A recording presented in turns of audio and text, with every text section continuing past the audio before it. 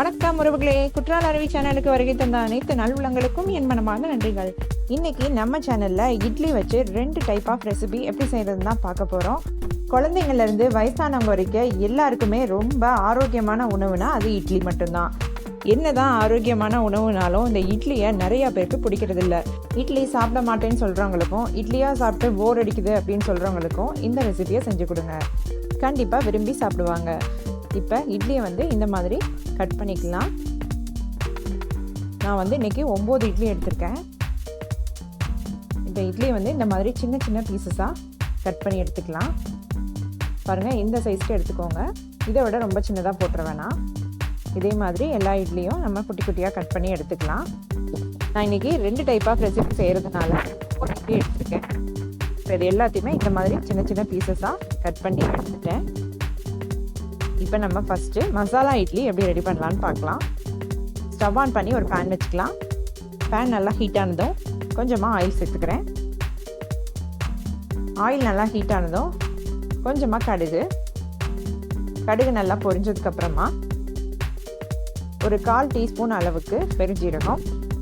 கடுகு பெருஞ்சீரகம் நல்லா பொரிஞ்சதுக்கப்புறம் பூண்டு இந்த மாதிரி குட்டி குட்டியாக கட் பண்ணி வச்சுருக்கேன். இந்த பூண்டை உள்ளே சேர்த்துக்கிறேன். அடுத்து இஞ்சியும் இந்த மாதிரி சின்ன சின்னதாக கட் பண்ணி வச்சுருக்கேன். அதையும் உள்ளே சேர்த்து இந்த இஞ்சி பூண்டு நல்லா ரோஸ்ட் ஆகிற வரைக்கும் வதக்கிக்கலாம். இந்த மசாலா இட்லி ரொம்பவே ஹெல்த்தினே சொல்லலாம். குழந்தைங்கள்லாம் ரொம்பவே விரும்பி சாப்பிடுவாங்க. இப்போ இந்த அளவு நல்லா ரோஸ்ட் ஆனதுக்கப்புறம் பல்லாரி வெங்காயம் இந்த மாதிரி சின்ன சின்னதாக கட் பண்ணி வச்சுருக்கேன். அதை உள்ளே சேர்த்துக்கிறேன். வெங்காயம் நல்லா டிரான்ஸ்பரண்ட் ஆகணும், அது வரைக்கும் வதக்கிக்கலாம். குழந்தைங்களோட லஞ்ச் பாக்ஸுக்கெலாம் இந்த மாதிரி மசாலா இட்லி கொடுத்து பாருங்கள். கொஞ்சம் கூட மிச்சம் வைக்காமல் நல்லா சாப்பிட்டு வந்துடுவாங்க. இப்போ வெங்காயம் இந்த அளவுக்கு நல்லா வதங்கினதுக்கப்புறம் தக்காளியை இந்த மாதிரி சின்ன சின்னதாக கட் பண்ணி வச்சுருக்கேன். அதை உள்ளே சேர்த்துக்கிறேன்.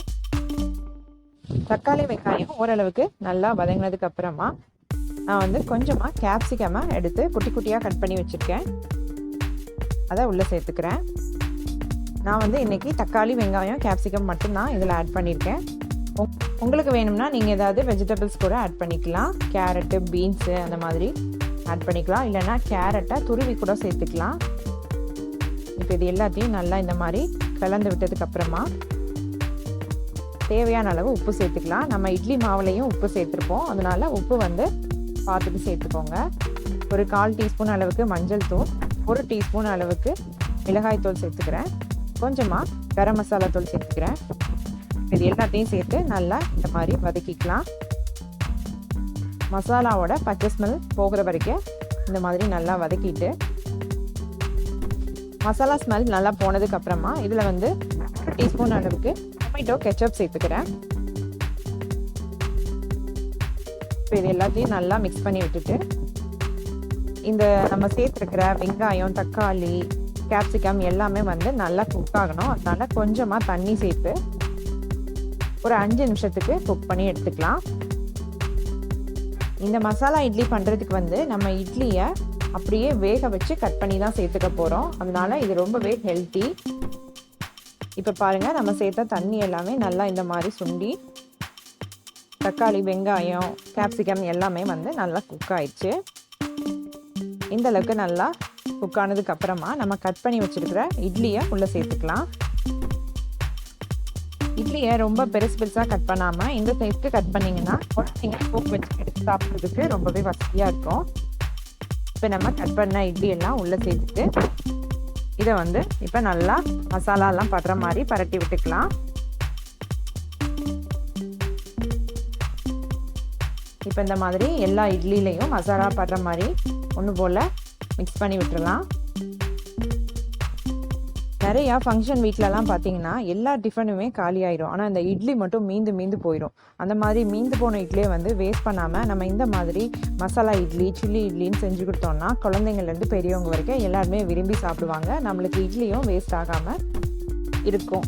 இப்போ இந்த மாதிரி நல்லா மிக்ஸ் பண்ணி விட்டதுக்கப்புறமா ஸ்டவ்வை ஆஃப் பண்ணிவிட்டு கொஞ்சமாக கொத்தமல்லி, கருவேப்பிலை சேர்த்துக்கலாம்.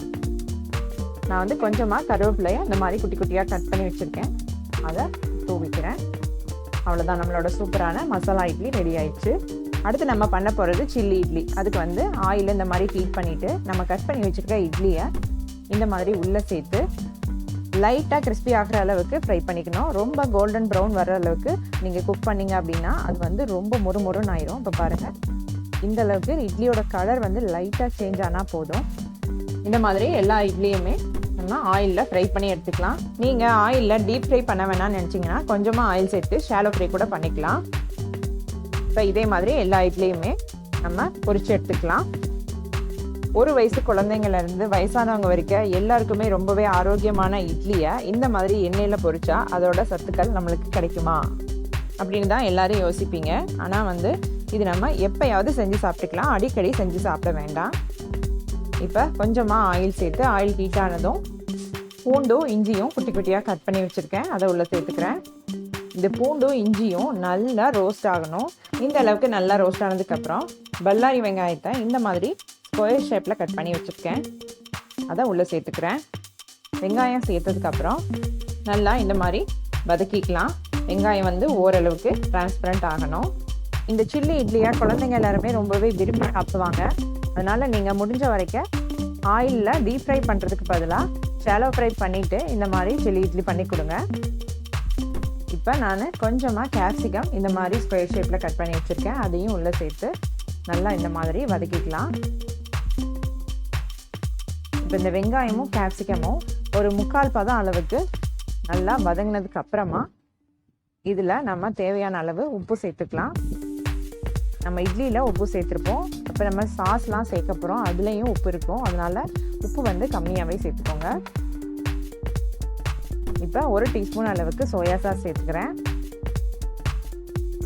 கொஞ்சமாக டொமேட்டோ சாஸ் சேர்த்துக்கிறேன். அடுத்து 1 டீஸ்பூன் அளவுக்கு சில்லி சாஸ் சேர்த்துக்கிறேன். ரெட் சில்லி சாஸ் சேர்த்துருக்கேன். இது எல்லாத்தையும் சேர்த்து நல்லா ஒரு தடவை இந்த மாதிரி மிக்ஸ் பண்ணிக்கலாம். இப்போ கொஞ்சமாக தண்ணி சேர்த்து நல்லா கொதிக்க விடலாம். இட்லியா எனக்கு வேணாம்ப்பா அப்படின்ட்டு ஓடுறவங்க நிறைய பேர் இருப்பீங்க. இட்லியே வேணான்னு சொல்கிறவங்க கூட இந்த 2 ரெசிபி செஞ்சு சாப்பிட்டு பாருங்கள். எனக்கு இன்னும் இட்லி வேணும்னு கேட்டு வாங்கி சாப்பிடுவீங்க, அந்த அளவுக்கு சூப்பராக இருக்கும். இப்போ இந்த அளவுக்கு நல்லா கொதிச்சதுக்கப்புறமா 1 டீஸ்பூன் அளவுக்கு கார்ன்ஃப்ளவர் எடுத்துருக்கேன், இதை வந்து கொஞ்சமாக தண்ணி சேர்த்து கலந்துக்கலாம். இப்போ இந்த மாதிரி நல்லா கார்ன்ஃப்ளவரை கட்டி இல்லாமல் கரைச்சி இது உள்ளே சேர்த்துக்கலாம். கார்ன்ஃப்ளவர் சேர்த்த உடனே இந்த மாதிரி நல்லா மிக்ஸ் பண்ணி விட்டுட்டு நம்ம ஃப்ரை பண்ணி வச்சுருக்கிற இட்லியை இப்போ இதுக்குள்ளே சேர்த்துக்கலாம். பாருங்கள், இட்லி வந்து இந்த அளவுக்கு பொரிச்சிருந்தா தான் நம்மளுக்கு சில்லி இட்லி சாப்பிடும் போது சாப்பிட்றதுக்கு நல்லாயிருக்கும். நீங்கள் ரொம்ப டீப் ஃப்ரை பண்ணிட்டீங்கன்னா மொறுன்னு ஆகிடும், அது வந்து சாப்பிட்றதுக்கு அவ்வளோ நல்லா இருக்காது. இப்போ இட்லியெல்லாம் உள்ளே சேர்த்ததுக்கப்புறமா நம்மளோட சாஸ் எல்லாம் இந்த மாதிரி இட்லியில் படுற மாதிரி நல்லா பரட்டி விட்டுக்கலாம்.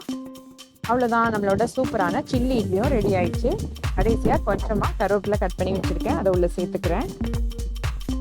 இந்த சூப்பரான மசாலா இட்லியும் சில்லி இட்லியும் கண்டிப்பாக நீங்களும் ட்ரை பண்ணி பாருங்கள். இந்த வீடியோ உங்களுக்கு பிடிச்சிருந்ததுனா லைக் பண்ணுங்கள், ஷேர் பண்ணுங்கள், சப்ஸ்கிரைப் பண்ணுங்கள். நன்றி, வணக்கம்.